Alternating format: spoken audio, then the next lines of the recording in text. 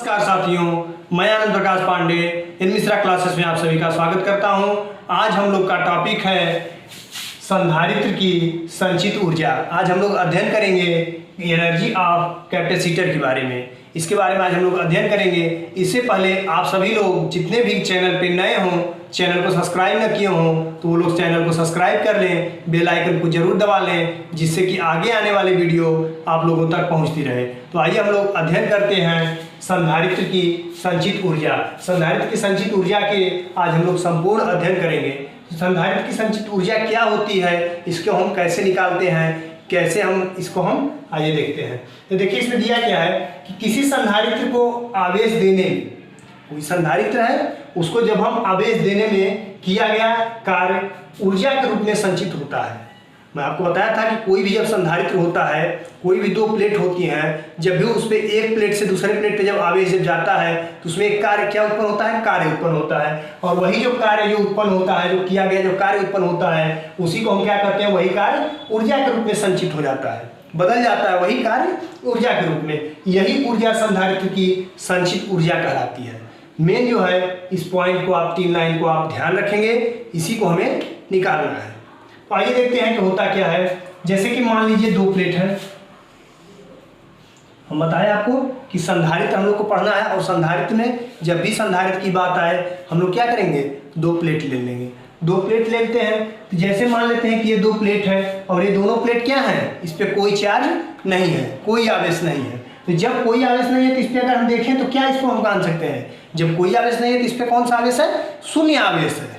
कोई आवेश नहीं होता तो उसको हम शून्य आवेश कहेंगे। इस पर कोई आवेश नहीं है तो मान लीजिए कि ये ए प्लेट है और ये बी प्लेट है और इस पर कोई आवेश नहीं है, ऐसा हम मान लेते हैं। जैसे यहाँ देखिए दिया हुआ है कि माना दो प्लेट ए और बी हैं, इस पर कोई भी आवेश नहीं है। अभी तक हम मान रहे हैं इस पर कोई भी आवेश नहीं है। ये संधारित्र में संचित ऊर्जा की गणना करने के लिए प्लेट ए को प्लस क्यू आवेश, अब हमें क्या करना है, इस पर कोई आवेश नहीं है, लेकिन हमें ज्ञात क्या करना है, संधारित्र की संचित ऊर्जा, एनर्जी ऑफ कैपेसिटर। अगर हम संधारित्र की संचित ऊर्जा हमें गणना करना है तो हम क्या मान लेंगे कि माना ए प्लेट पर प्लस क्यू आवेश और बी प्लेट पे माइनस क्यू आवेश, जैसा कि यहाँ लिखा हुआ है के लिए प्लेट ए को प्लस क्यू आवेश और प्लेट बी को माइनस क्यू आवेश दिया जाता है। इस पे जो हम प्लस ए पे क्या करेंगे, हम प्लस क्यू आवेश दे देंगे। जब प्लस क्यू जब आवेश जब दे देंगे और बी प्लेट पे हम क्या करेंगे, माइनस आवेश दे देंगे। जब माइनस क्यू आवेश जब दे देंगे बी प्लेट पे, तो अब इसके बाद देखिए इसका प्रोसेस आगे क्या होता है। तो अतः इलेक्ट्रॉनों के स्थानांतरण के कारण, इलेक्ट्रॉनों के स्थानांतरण के कारण आवेश का प्रवाह प्लस क्यू के से माइनस क्यू के तरफ होता है। इसके बारे में आप पढ़े हैं कि जब भी स्थानांतरण होता है, जब भी दो प्लेटें रखी हैं, एक पे प्लस आवेश है, एक पे माइनस आवेश है, जब आवेश जब रखे गए हैं तो जब भी इनका जब प्रवाह जब होगा इन दोनों प्लेटों का, तो क्या होगा, और प्लस से माइनस की तरफ होगा। जो आवेशों का प्रवाह होता है वो कहां से कहां होता है, प्लस से माइनस की तरफ होता है। यही एक स्थान से दूसरे स्थान पे स्थानांतरण होता है। प्लस वाला जो माइनस को तरफ खींचने का प्रयास करेगा और माइनस वाला क्या करेगा, प्लस की तरफ, मतलब प्लस माइनस खींचेगा अपने तरफ, माइनस प्लस को अपने तरफ खींचने का प्रयास करेगा, जब भी विपरीत आवेश होते हैं। लेकिन यहाँ क्या होता है, जब भी माइनस वाला जो आवेश होता है वो प्लस को अपने तरफ खींच देता है। यहाँ तक आप जान रहे हैं, यहाँ तक क्लियर हुआ। तो इसमें क्यू आवेश की वृद्धि होती है। जब प्लस क्यू आवेश माइनस की तरफ जाएगा तो आवेश की वृद्धि किसकी होगी, प्लस क्यू आवेश की वृद्धि होगी। तो प्लस क्यू आवेश की वृद्धि होती है और डी क्यू आवेश उत्पन्न होता है। इसका कहने क्या मतलब, देखिए सबसे पहले कि दो संधारित्र हैं। मैं आपको बताया था कि पहले दो संधारित्र थे, एक ए और एक बी, दो प्लेट, एक प्लेट ए और एक प्लेट बी। इस पे कोई आवेश था उससे पहले, कोई आवेश नहीं था। जब कोई आवेश जब नहीं था तो इस पे आवेश जो था उस समय क्या था, इसके आवेश शून्य आवेश था, कोई आवेश नहीं था, शून्य आवेश था। लेकिन अगर इन दोनों प्लेटों पे, ए प्लेट पे अगर प्लस क्यू आवेश दे दिया जाए और बी प्लेट पे अगर माइनस क्यू आवेश जब दे दिया जाए तो इस पे अब तो आवेश हो गए। इससे पहले कोई आवेश नहीं था, लेकिन हमें जब संधारित्र की संचित ऊर्जा हमें ज्ञात करना है तो इस पे हम दो प्लेटों पे दो विपरीत आवेश दे देते हैं। जब दो विपरीत आवेश जब दे देते हैं तो जो प्लस आवेश जो होता है वो माइनस आवेश की तरफ जाने का प्रयास करता है स्थानांतरण के कारण। ये देखिए प्लस से क्या करेगा, माइनस की तरफ। तो ये जब प्लस से जब माइनस की तरफ जाएगा और इस पे जब एक आवेश जब हमें मिल गया, ए प्लेट पे प्लस क्यू आवेश, बी प्लेट पे माइनस क्यू आवेश, और इसमें जो वृद्धि जो हो रही है किस पे हो रही है, प्लस क्यू पे। जो प्लस क्यू आवेश है उसमें क्या होगी, वृद्धि होगी, क्योंकि ये प्लस से माइनस की तरफ जा रहा है। जब यहाँ तक जब जा रहा है तो इससे पहले जब कोई आवेश नहीं था, इसके बाद जब हम क्यू आवेश जब दिए इसको, तो इसमें अब हम मानेंगे क्या, इसमें जो मान रहे हैं, जैसे यहाँ पे देखिए क्या है, और डी क्यू आवेश उत्पन्न होता है। तो ये उत्पन्न कब होता है, ये उत्पन्न नहीं होता, इसमें हम मानेंगे। इसमें तो आवेश हुए है ही, एक पे प्लस है एक पे माइनस आवेश है, लेकिन इसमें हम जब स्थानांतरण जब होगा प्लस से माइनस की तरफ, तो इसमें हम मानेंगे कि अगर अल्प आवेश, अगर इसमें अल्प आवेश अगर डी क्यू हो, इसमें अगर हम मान लें, इसमें से अगर हम ले लें कि इन दोनों प्लेटों में के बीच में जो स्थानांतरण हो रहा है, अगर इसमें प्लस डी क्यू आवेश अल्प आवेश मतलब सूक्ष्म आवेश अगर हम इसमें से ले लें, तो अच्छा एक प्लेट से दूसरे प्लेट मतलब प्लस से जब माइनस की तरफ जब जा रहा है, इसमें जब मैं आपको बताया था कि कोई भी आवेश जब एक बिंदु से जब दूसरे बिंदु पे जब जाता है तो उसमें एक क्या उत्पन्न होता है, कार्य उत्पन्न होता है, और कार्य के साथ साथ उसमें एक विभवांतर उत्पन्न होता है, विभव उत्पन्न होता है। ये भी तो आप जान रहे हैं, जब विभव और विभवांतर जब उत्पन्न जब होता है तो वही देखिए अब लास्ट वाले लाइन में क्या दिया है कि अतः अल्प आवेश, यहाँ पे क्या हो गया, डी क्यू। मान लिए कि इसमें अगर अल्प आवेश अगर डी क्यू हो, अगर अल्प आवेश जब डी क्यू हो तो इसमें एक विभव भी उत्पन्न होगा, विभवांतर, उस विभव को हम किससे प्रदर्शित करेंगे, वी से। तो अब वही चीज देखिए कि अल्प आवेश डी क्यू तथा विभव के गुणनफल को ही हम क्या कहते हैं, कार्य कहते हैं। जब डी क्यू जब आवेश जब उत्पन्न जब होता है, उसमें जब एक अल्प आवेश जब उसमें से हम ले लेते हैं, इस प्लस क्यू और माइनस क्यू आवेशों में से अगर हम अल्प आवेश सूक्ष्म आवेश अगर हम निकालने का प्रयास करें, इसमें से अगर हम लेने का प्रयास करें, तो इसमें एक विभव भी उत्पन्न होगा, क्योंकि ये प्लस वाला माइनस की तरफ स्थानांतरण होता है। माइनस अपने तरफ प्लस को क्या करता है, खींचता है। जब खींचता है तो इसमें एक विभव भी उत्पन्न होगा भी, और जब विभव जब उत्पन्न होगा तो ये अल्प आवेश डी क्यू और विभव भी, इनके गुणनफल को हम क्या कहते हैं, कार्य कहते हैं। आवेश और विभव के गुणनफल को ही तो कार्य कहते हैं, और जब कार्य कहते हैं तो यही कार्य डी डब्ल्यू बराबर क्या हो जाएगा, डी क्यू इंटू वी के। यही जो कार्य होगा, ये कार्य क्या होगा, डी क्यू जो आवेश है अल्प आवेश और विभव भी के गुणनफल के बराबर हो जाएगा। देखिए हमारा जो डी डब्ल्यू बराबर क्या आ गया, डी क्यू इंटू वी। ये जो डी क्यू जो मैं बताया था आपको अल्प आवेश है, और भी क्या है, विभवांतर या विभव है। तो इसके गुणनफल को क्या कहते हैं, ये पूरा मान हम आपको बता चुके हैं। अब इसमें देखिए जो आ रहा है, इसमें जो प्लस क्यू से माइनस की तरफ, प्लस जो आवेश जो है प्लस क्यू मतलब एक ए प्लेट पे है, और माइनस क्यू क्या है, बी प्लेट पे, मतलब माइनस आवेश जो है बी प्लेट पे है। तो इसमें एक क्या उत्पन्न हो रहा है, इसमें जो कार्य जो हो रहा है, इसमें क्या हो रहा है, स्थानांतरण जो क्रिया जो हो रही है किसकी हो रही है, इसमें क्या प्लस से माइनस की तरफ क्या जा रहा है, इसको आप समझिए। तो जो प्लस से माइनस की तरफ जो जा रहा है, जो अल्प आवेश जो इसमें हम ले रहे हैं, तो इसमें क्या आवेश तो जा रहा है, और स्थानांतरण किसमें हो रहा है, आवेश में हो रहा है, क्योंकि इसमें प्लस आवेश है, इसमें माइनस आवेश है। हर समय प्लस आवेश कहाँ जाएगा, माइनस की तरफ जाने का प्रयास करता है। तो इसमें जो आवेश, तो इसमें जो आवेश प्लस से माइनस की तरफ जा रहा है, इसमें हम क्या लिखेंगे कि आवेशन की क्रिया से, और इसमें एक चीज हमें बताया था, इसके पहले क्या है, शून्य आवेश था, लेकिन इसमें जब ए को प्लस आवेश और बी को माइनस आवेश देते हैं, तो आइए इसमें हम लिखते क्या है कि आवेशन की क्रिया से, आवेशन की, देखिए क्या है कि आवेशन की क्रिया से शून्य आवेश प्लस क्यू आवेश देने पर किया गया संपूर्ण कार्य। यहां हम जो डी डब्ल्यू जो निकाले हैं, ये क्या निकाले हैं, अल्प कार्य निकाले हैं। डी क्यू जो है वो क्या है, अल्प आवेश है। अल्प आवेश जब प्लस आवेश जो माइनस, इसमें हम देख रहे हैं कि अगर अल्प आवेश मतलब जो प्लस है वो अगर माइनस की तरफ अगर जाता है, तो इसमें क्या उत्पन्न होता है, विभव उत्पन्न होता है, और विभव के साथ साथ इसमें एक कार्य भी उत्पन्न होता है, जो कि डी डब्ल्यू जो है वो क्या है, अल्प कार्य है। तो अल्प कार्य और अल्प आवेश, इसमें एक विभव भी उत्पन्न होता है। तो अब उसके बाद, और इसमें विभव मतलब पहले क्या था, शून्य आवेश था, कोई आवेश नहीं था। तो वही चीज है कि आवेशन, क्योंकि आवेश का ही तो प्रवाह हो रहा है, तो आवेशन की क्रिया से शून्य आवेश जो है, पहले क्या था, शून्य आवेश था, कोई आवेश नहीं था। तो शून्य आवेश और वृद्धि किसमें हो रही है, प्लस आवेश में। प्लस आवेश में तो वृद्धि हो रही है, तो प्लस आवेश देने पर किया गया संपूर्ण कार्य। तो संपूर्ण कार्य हम कैसे निकालेंगे? संपूर्ण कार्य W बराबर होगा क्या? इंटीग्रेशन dW, अल्प कार्य। इसलिए कि अगर हम अल्प कार्य अगर हम निकाल लें, जो सूक्ष्म कार्य है, तो अल्प कार्य से हम बड़ा वाला जितना भी कार्य रहेगा उसको हम निकाल सकते हैं। कोई भी कार्य हम निकालते हैं तो पहले छोटे मान को निकालते हैं, तो छोटे मान को जब हम निकालते हैं तो उसके बाद हम बड़े वाले के मान को निकाल लेते हैं। तो वही चीज, तो इंटीग्रेशन dW अल्प कार्य, यहाँ से हम अल्प कार्य का मान भी निकालेंगे कि हमारा पूरा मान क्या आ जाएगा? जो संपूर्ण कार्य है इसका मान हम ज्ञात कर लेंगे। जब अल्प कार्य जो dW है इंटीग्रेशन में, ये इंटीग्रेशन हमारा क्या बताता है कि समेशन कहाँ से कहाँ तक है। तो पहले इस पे कौन सा आवेश? कोई आवेश था? कोई आवेश नहीं था। जब कोई आवेश नहीं था, इसका हम इंटीग्रेशन क्या लेंगे? निम्नतम जो सीमा लेंगे, कहाँ लेंगे? शून्य लेंगे। और शून्य से ये मैक्सिमम कहाँ तक गया है? तो वृद्धि जो हो रही है, वृद्धि किस में हो रही है? प्लस Q आवेश में वृद्धि हो रही है। ये कहाँ तक जाएगा? प्लस Q तक जाएगा। यहाँ तक आप समझ रहे हैं? अब इसी को जो हम सॉल्व करेंगे, इसको देखिए क्या आ जाएगा? dW है तो dW का मान क्या है? dQ। तो इंटीग्रेशन 0 to Q, और उसके बाद dW का क्या है? dQ इंटू, मतलब इसको V लिख लेंगे हम, तो V इंटू dQ, ये हो जाएगा W बराबर। ये W बराबर हमारा क्या आ गया? Integration 0 to Q V into dQ। यहाँ क्या हो गया?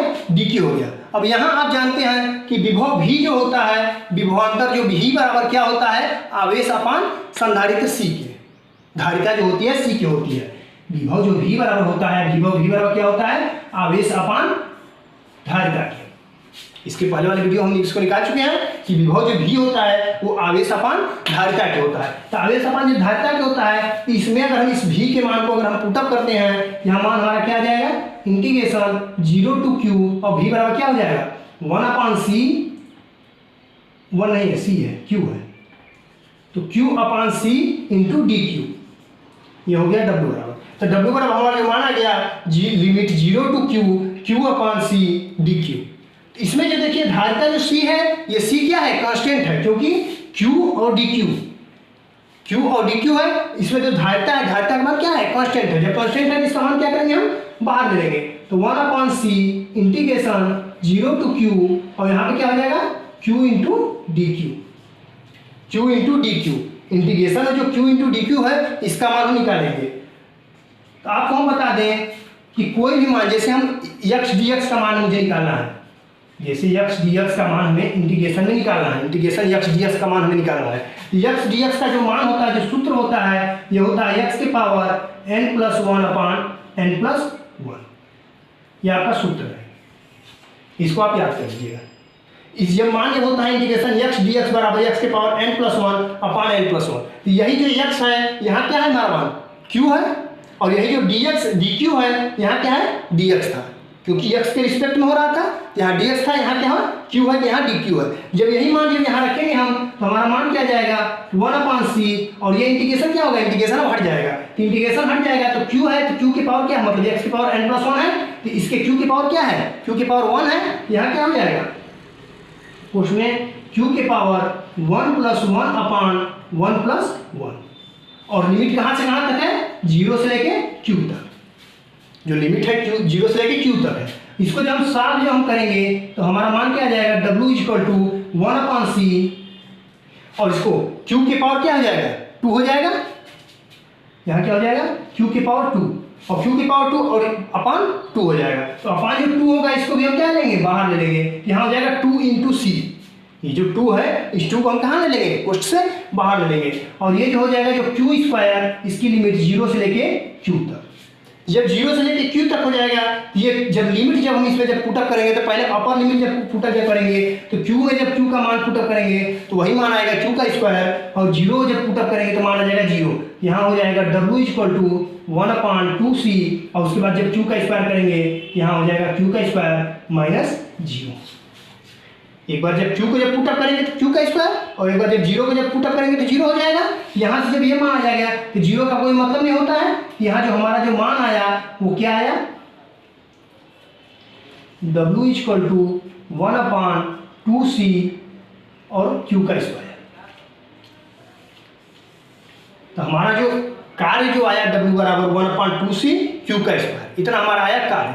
अब देखिए जो q² जो है, यहाँ अभी हम मान पुटअप क्या किए थे? V = Q अपान C।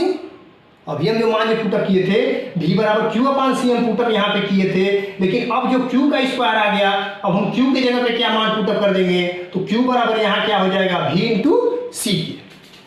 आइए यहाँ देख लेते हैं थोड़ा सा।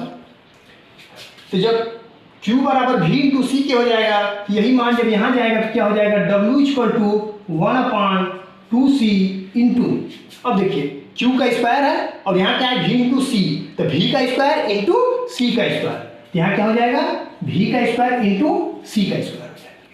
जब V का स्क्वायर इंटू C का स्क्वायर हो जाएगा तो यहाँ से C और यहाँ से C एक कैंसिल हो जाएगा, यहाँ हमारा W बराबर क्या आ जाएगा 1/2C इंटू V का स्क्वायर।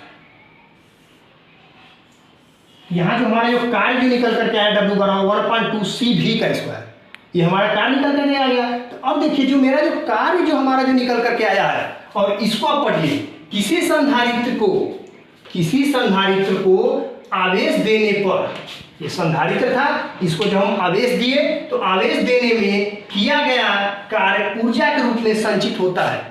तो हमारा जो कार्य जो निकल करके जो आया है, यही कार्य किसके रूप में संचित हो जाता है, ऊर्जा के रूप में संचित हो जाता है, और यही संधारित्र की संचित ऊर्जा कहलाती है। यही जो कार्य है किसमें संचित हो जाएगा, ऊर्जा के रूप में। U इक्वल टू ऊर्जा क्या हो जाएगा, C इंटू V का स्क्वायर। ये जो हमारा जो मान जो पुटअप जो मतलब ये जो मान जो निकल करके आया संधारित्र की संचित ऊर्जा, एनर्जी ऑफ कैपेसिटर्स का, एनर्जी ऑफ कैपेसिटर्स का मान मतलब ऊर्जा क्या हुआ हमारा 1/2C V का स्क्वायर। यही जो मान हमारा निकल करके आया क्या, संधारित्र की संचित ऊर्जा निकल करके आया।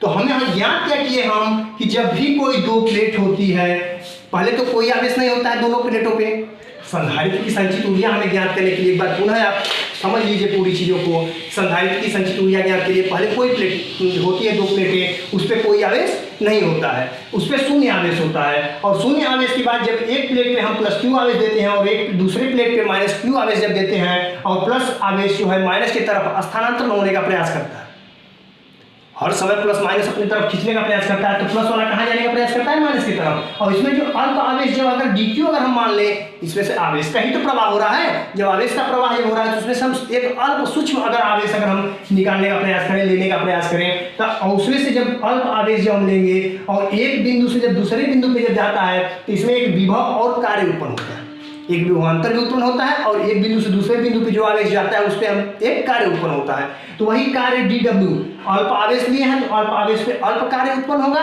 जब अल्प कार्य जब उत्पन्न होगा तो अल्प कार्य dw बराबर हो जाता है dq इंटू v विभव के, विभव और अल्प कार्य मतलब आवेश के गुणनफल के बराबर होता है जो कार्य होता है। अब इस पे जब देखिए आवेशन की क्रिया से इसमें क्या हो रहा है, आवेश का प्रवाह हो रहा है, तो वही जब आवेश का प्रवाह को हम क्या कहते हैं, आवेशन की क्रिया कहते हैं। तो आवेशन की क्रिया से शून्य आवेश, पहले कौन सा आवेश था मैं बता रहा हूं बार बार कि शून्य आवेश था, और शून्य आवेश से +Q आवेश देने पर किया गया संपूर्ण कार्य। अभी तक हम अल्प कार्य निकाले हैं, कोई भी अगर बड़ा कार्य हमें कोई भी अगर निकालना हो, क्या कोई भी अगर हमें बड़ा मान निकालना हो, तो हम सबसे पहले अगर हम सूक्ष्म मान को अगर हम ज्ञात कर लें तो हम बड़े मान को ज्ञात कर लेंगे। तो पहले हम सूक्ष्म मान अल्प कार्य को अगर हम मान को ज्ञात कर लिए हैं, तो अब हम संपूर्ण कार्य W बराबर इंटीग्रेशन, और इंटीग्रेशन कहाँ से कहाँ तक है, 0 से लेकर Q तक, क्योंकि इस पे पहले कौन सा आवेश था, कोई आवेश नहीं था, अब कौन सा आवेश है, +Q आवेश की वृद्धि हो रही है तो +Q आवेश होगा, ऐसा मानेंगे। और इनटू आवेश जो अल्प आवेश dw होता है, आवेश होगा कार्य, तो dw।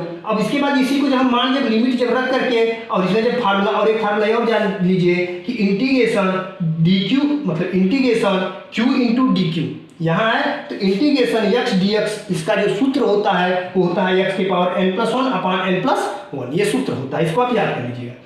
और यही मान जब पुटअप जब हम करेंगे तो हमारा मान निकल करके आएगा q की पावर n+1 अपान 1+1, तो q की पावर मतलब q का स्क्वायर और अपान 2, और ये 2 कहाँ चला आया है, आगे चला आया है 2c के, क्योंकि 2 भी जो है वो कांस्टेंट है, जब कांस्टेंट है तो कांस्टेंट को बाहर लेंगे, जब बाहर लेंगे तो यही कार्य जो w बराबर हो जाएगा, हमारा मान क्या निकल करके आएगा। और एक बार जब अपर लिमिट जब पुटअप करेंगे तो q का स्क्वायर आएगा, और लोअर लिमिट जब 0 को हम पुटअप करेंगे ये पूरा मान 0 आ जाएगा। तो हम 0 वाले मान को नहीं लिखे हैं, डायरेक्ट हम q के स्क्वायर का मान लिख लिया, और जब q का स्क्वायर जब मान आ गया तो हमारा जब v बराबर q इंटू c होता है, तो q बराबर क्या हो जाएगा, v इंटू c के, तो q बराबर v इंटू c के जब मान जब इसी पुटअप जब करेंगे तो v का स्क्वायर अब इंटू c का स्क्वायर आ जाएगा। तो अब w बराबर 1/2c इंटू v के स्क्वायर, इतना हमारा मान आया। और यही जो कार्य जो होता है, कार्य ऊर्जा के रूप में संचित होता है। इस लाइन को आप पढ़िए, यही जो कार्य होता है वो ऊर्जा के रूप में संचित होता है। तो यही जो कार्य जो हमारा निकल कर के है उसमें किसके रूप में संचित हो रहा है, ऊर्जा के रूप में संचित हो रहा है।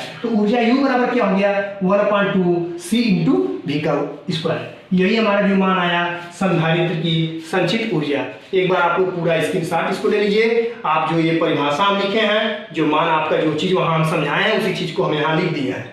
तो आप लोग अपना नोट डाउन करते हुए, फेयर बनाते हुए आप लोग चलिए, जिससे कि आप लोगों को कोई भी दिक्कत ना हो।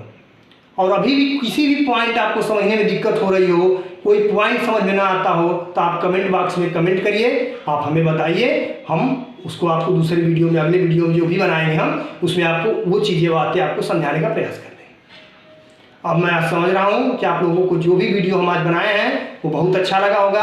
आप लोगों को पूरे कंसेप्ट जो भी है, एक एक कंसेप्ट हम समझाते चल रहे हैं। ऐसा नहीं है कि कोई चीज़ जो भी हम लिख दिए और किताबी भाषा मतलब लिख करके और वही चीज़ हम पूरा समझा दिए, नहीं।